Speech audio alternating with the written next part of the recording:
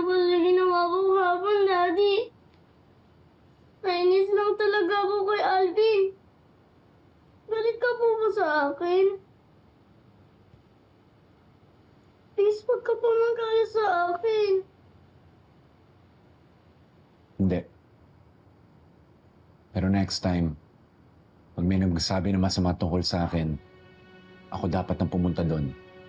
Hindi ikaw. Pero Daddy, di ba dapat lumaban ako? Para hindi nila isipin na weekend takot ako? Where did you get that from? Sino nagtuturo sa'yo makipag-away sa mga klase mo?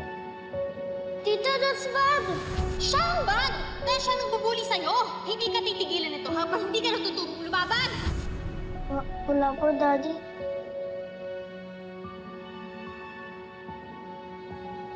BG, ito yung tatandaan mo. Ayoko nang nakikipag-away ka sa kahit sino para lang ipagtanggol ako. Kung may nakaasar sa'yo, sabihin mo kay mommy, kay teacher, o kaya sa akin. Naintindihan mo ako, anak? Sige na, ka na rito.